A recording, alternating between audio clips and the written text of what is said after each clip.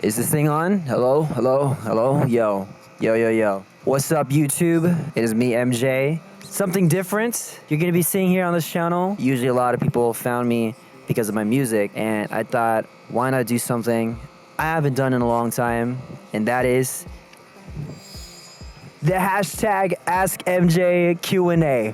Boom, boom, boom, boom, boom.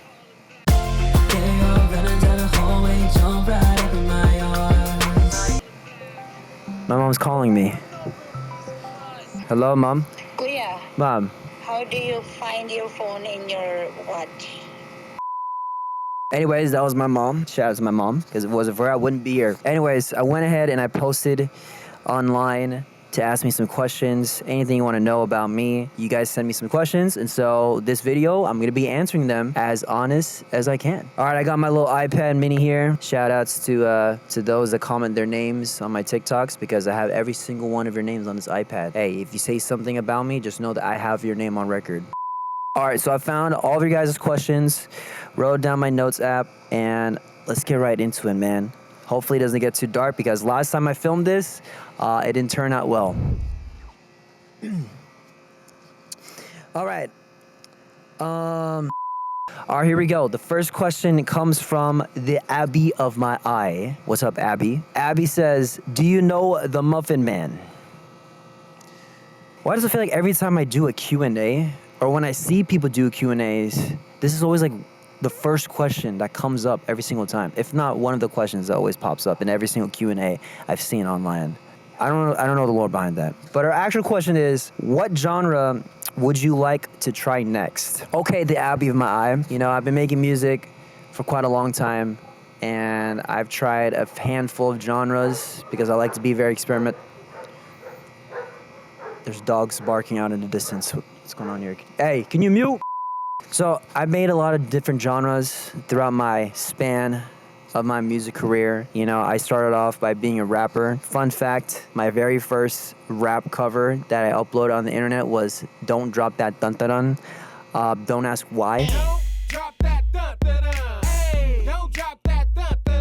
I started off with rapping, and I started getting more vocal and more singy in the way of my style. So I started to do more pop, and then I went from pop and I started going into more deeper into the lanes of pop. I do going indie, and now getting to an alternative and an R&B. And now, as of recently, I'm starting to get a lot of inspiration from rock, alternative rock, indie rock. If I were to try a genre that I would like to try next, definitely want to get into the lane of some like rock. All right, next question is coming in from Maggie. What's up, Maggie? Maggie says, what is your favorite part of the process besides being finished? Okay, so this kind of regards into like how I kind of create my music. Besides the final product, the final outcome, when I make a song, I think one of my favorite part of the process is finding the melody alongside with the chords. I think like when it comes to writing a song, creating a new song, starting from scratch,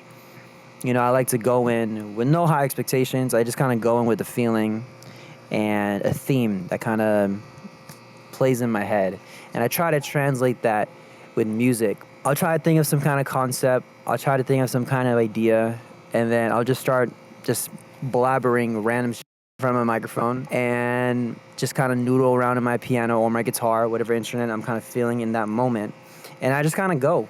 I just kind of go in. And I think like my favorite part of the process is definitely for sure like once I find a good chord progression and melody, then that's how I know like this song is kind of off to a good start. There's been many times where I would write dozens and dozens of songs that never make it into the final outcome because, well, I'm not a perfect artist, okay? I am by any means not a professional at this, but this is what I love to do. I aspire to be a big music artist one day that could travel around the world and have their music being heard and streamed across many different places. That's what I kind of hope for it to become. But yeah, I think with like my favorite part of the process of making music is for sure just finding the idea and already translating it into a nice melody, especially when it's catchy. I think a lot of people like my music when it's catchy. It's also another way for people to get annoyed and it never leaves their heads, but that's just kind of my style, my catch to it. when it comes to my music creating process.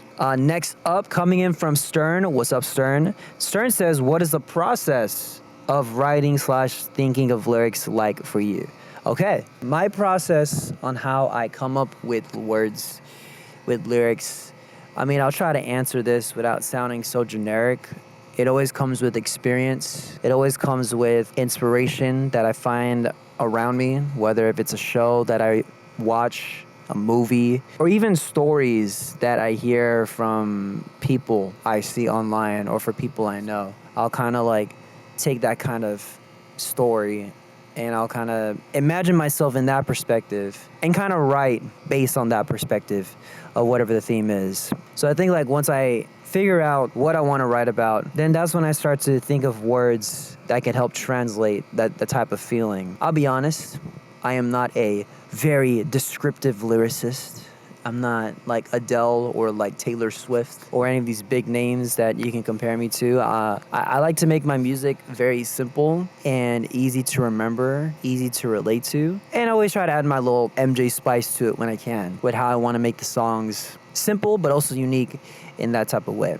Kaylee says, what is your dream goal you want to accomplish in the future? You know, I love answering this question, but at the same time, I hate answering this question. And the reason why is because my storage capacity is maxed with dreams and goals that I want to achieve. I like to achieve as many things as I can in life. I have this whiteboard in my room where I wrote down some old goals for myself. And there's stuff like, you know, getting fit, getting the dream body, getting paid for doing what I love, traveling. If there's like the main dreams and goals that I want to accomplish in the future, I mean, for sure, I want to be able to go on my first ever world tour and headline.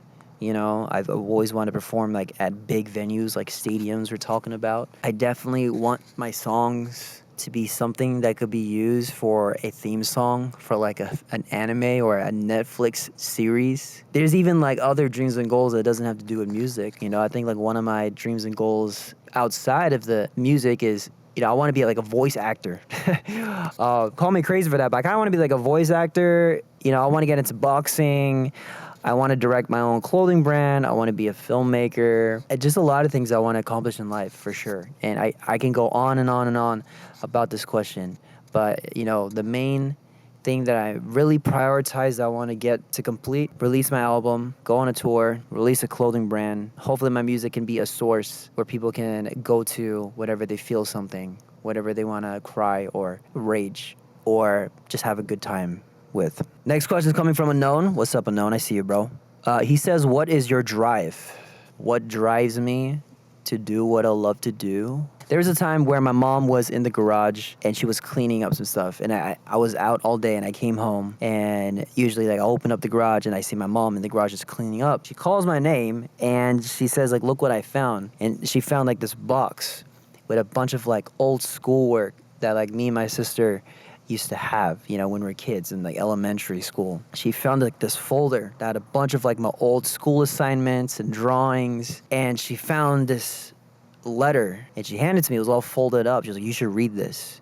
And so I grabbed it from her and I opened it, and it happens to be a letter that I wrote to myself when I was 10 years old. I'll be honest, the first impression I got from it was, man, I write like, and my grammar is but what really caught my attention after that was the fact that there was this line, and I don't remember word by word, but it was like along the lines of like, hey, I hope that one day you continue to be an artist, you continue to be a guitarist, and hopefully a superstar. And I remember reading that, I was like, wait, that's actually crazy. Like, what? And I just discovered like this letter. And it's interesting enough, I made a song called Superstar like 2 years ago. So that didn't even crossed my mind that I actually wrote that to myself when I was 10 years old. So that in itself really shows that I've always been passionate for this dream. Nothing's ever changed me on where I want to go in life, in my future. You know, I've gone through many phases. I've gone through many eras. You know, I'm a grown-ass man that still wants to live that childhood dream of being a superstar. So to answer your question, what's my drive is that letter. That letter that I wrote to myself when I was 10 years old. And so I want to make sure that I continue to do what 10-year-old me said I was going to do. And when I do that, I want to make sure that I make him proud. That's my drive. Next question is coming from Emily, and Emily says, what is your personal favorite song you've made and why? My favorite personal song and why? Oh man, I don't even know how many songs I made that are out there. I've probably made almost 30 plus songs that are out there in the DSPs, out there in the whole universe. And I think my favorite personal song I've made would probably be, I hate that I have to say this because it's pretty obvious, and I'm not saying this because it's recent and it's a way to promote my song, but I'm not kidding when I say it. I think There She Goes really hits the spot. I really like that song. It was definitely a song that I really had to sit down with for so many years if I wanted to release to the world or not. And the reason why is because it was very vulnerable, it was very raw, and I never made a song like that ever in my life, so I was kind of afraid of what people would think if they would hear that song, but I think that's what's beautiful about music and why it belongs in life. We go through a feeling, we go through a situation that sometimes we are so afraid to say it. And so what we do is we just usually open up Spotify on our phones and then we just listen to that certain song to explain the words that we're too afraid to share. So yeah, I would definitely say that There She Goes is definitely my favorite personal song as of right now. And if I want to go furthermore, I'll be honest, but there is one song that I just can't not stop looping all the time. It's not even out yet, but there's a certain song that I just cannot stop playing. And honestly, I cannot wait till you guys get your hands on that song. It's a good one. But I'm gonna stop talking about that because then y'all gonna flame me in the comments and say, Oh my God, this guy's gatekeeping. Mia wants to know, who is your inspiration that got you into wanting to make music? I love this question. This is a good question. My inspiration, flat right off the bat, my mom is the one that got me into music in the first place when I was 4 years old. I didn't even know how to speak language.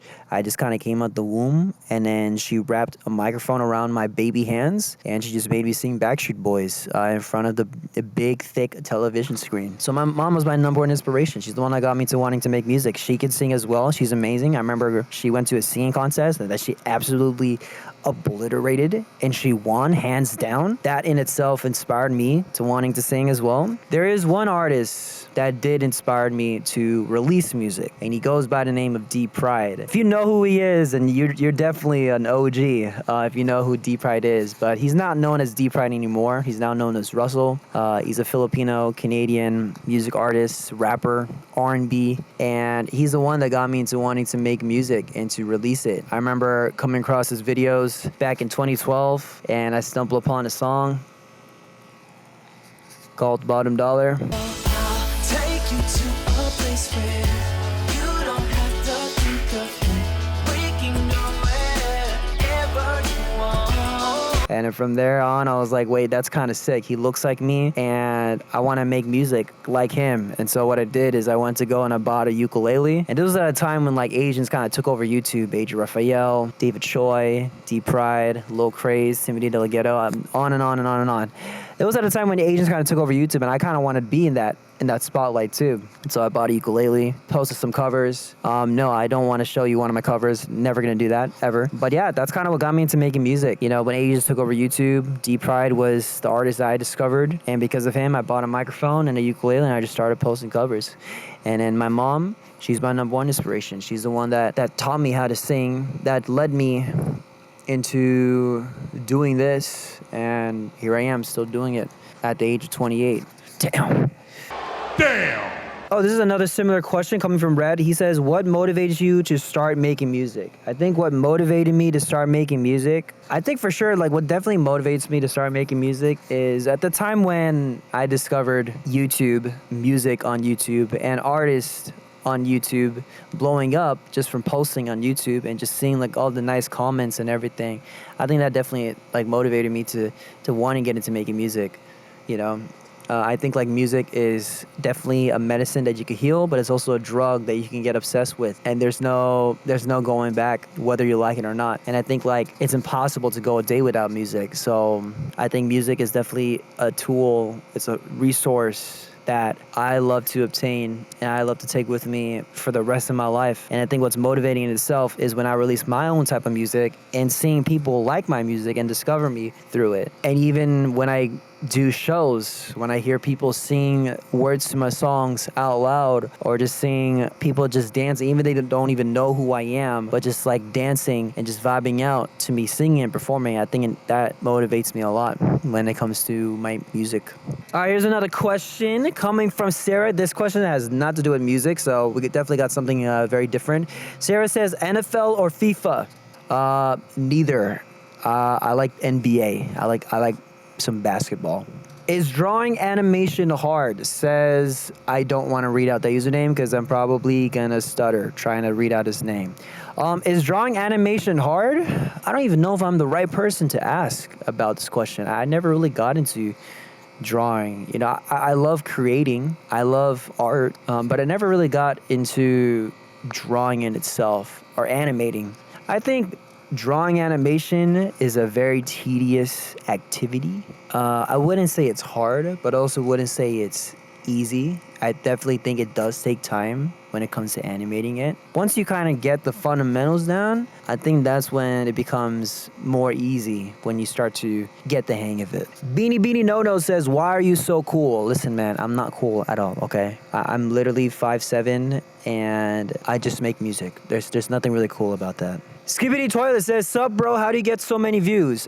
How much? I don't know. I don't get a lot of views. What are you talking about, bro? I don't. I think my advice, if you want to get views, just keep posting. But don't post just so you can get views. Post just because you like to do this. You know, make it a habit. If you want to become a big YouTuber, if you want to become a big content creator, you just got to keep posting, man. You're not going to get a lot of views or subscribers just for being a nobody or for being a mysterious icon. Just freaking post and the views will come. Don't worry about the views. Just focus on posting and getting better at your craft. Angie says, what's up, Angie? She says, what is your favorite part of filming There She Goes? Oh, I like this question. When we filmed There She Goes, we filmed that, I think, 3 or 4 different days. Even though it looked like a very simple music video.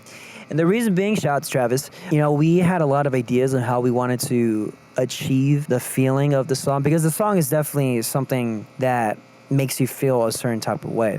And we want to make sure that we kind of capture that visually.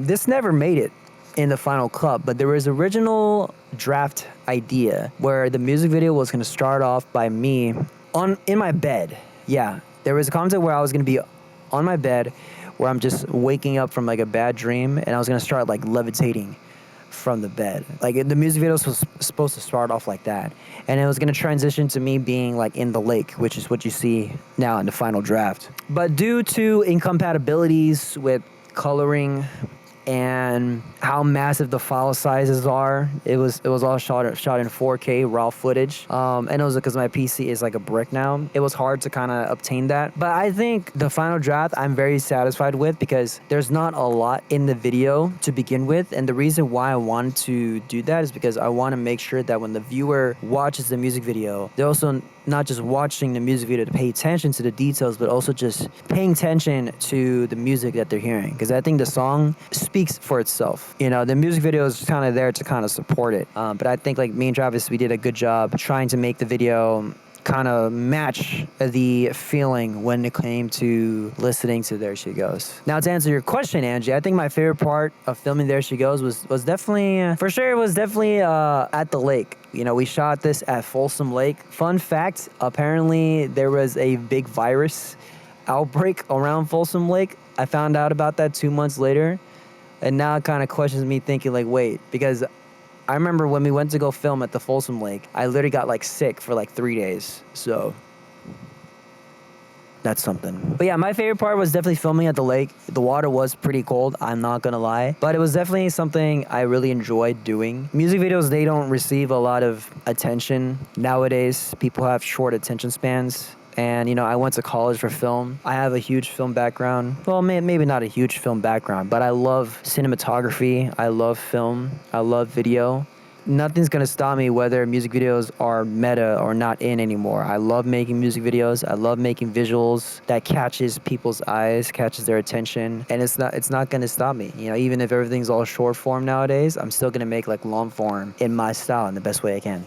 Nerd Rocker 18 says, what is the best heartbreak lyric you've heard or wrote? Ooh, that's a good one. The best heartbreak lyric I've heard or wrote. You know, I'll answer both. I think my best heartbreak lyric that I've ever written for myself actually was definitely There She Goes. I think the very first line of the song where it goes, I've gotten so much closer to the ceiling.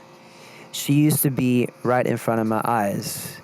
She used to watch me slowly fall asleep, but now she's in someone else's bed tonight. I remember fresh off of a breakup, 2021, I was in my bed a lot. I was in my bed a lot and just staring at the ceiling because that's all I could really do in the midst of being in a heartbreak. Sometimes I wish that I could just call her again or text her or check up on her, you know? And I think a lot of people can relate with that when it comes to a heartbreak. You just want to know what they're up to, but at the same time, you don't want to know what they're up to. So what do you do to try to stay away from that is you try to stay away from your phone, try to stay away from social media. And so for me, I would always be on my bed just staring at my ceiling. And I think it's funny how like I write like I've gotten so much closer to the ceiling, which the way that I wrote it was supposed to mean that like I've gotten so much closer to the feeling. I've gotten so much closer to the ceiling to the point where I can be best friends with my ceiling because I'm always looking at my ceiling every day. I've gotten to see my ceiling a lot more than her. You know, I was writing in like that type of feeling. Like I wasn't writing like I'm floating to the ceiling. I was actually writing like, oh man, I think I could be best friends with the ceiling. But yeah, I think that's like one of my best heartbreak lyrics I've written. My favorite heartbreak lyric I've ever heard was the song Through These Tears by Lainey. Shout out to Lainey, shout out to Paul, shout out to Jake. It was the last verse, the outro, where it goes something like, driving home on an empty highway. I thought about you and I hit the brakes.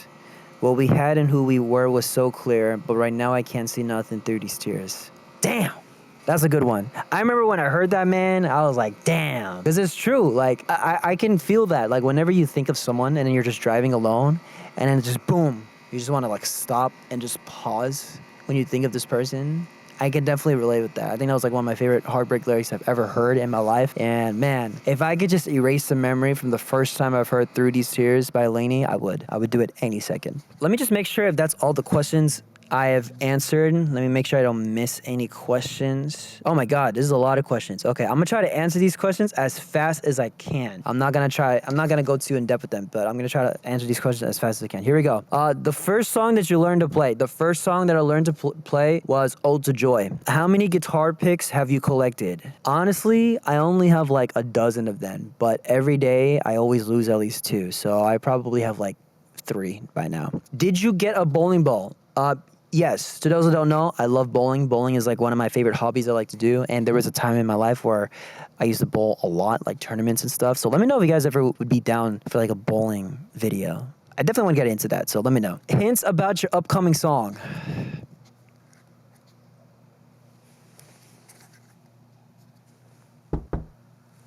I don't even know if that's the upcoming song, but if it is, then it is. If you could be a Pokemon-sized creature, which would you be? I would be Ditto, because then I could transform into anything. What is your MBTI? My MBTI, I am a INFJ. Some of you guys might not even believe that I'm an INFJ. I know, but yeah, I'm an INFJ. I'm a pretty self-isolated dude that's pretty introverted at times. But what you guys see online is quite the opposite of it. I don't know if people can relate or understand. But I think like I started to become more ambivert than introvert in a way. I can't be fully extrovert, I'll be honest. Maybe if it was like for a video, if I was out streaming and stuff, but like I think I'm more of like on the ambiverted side, I guess. So what is your MBTI? Let me know in the comments. What is your current favorite dessert? Oh man, you know, lately I've been on my diet phase. I've been in my gym arc, so I kind of cut everything, fast food and big desserts, but I can't miss out on creme brulee though. That's my favorite dessert. Creme brulee freaking lay, man. Maybe one day I'll learn how to make it. But yeah, that is it, y'all. That is the hashtag AskMJQA. Let me know in the comments if you guys want a part 2. And if you want a part 2, go ahead and keep asking me questions because I might just make another one. You know what I'm saying? Thank you guys so much for all the love and support for me, my music, and everywhere else. I really do appreciate it.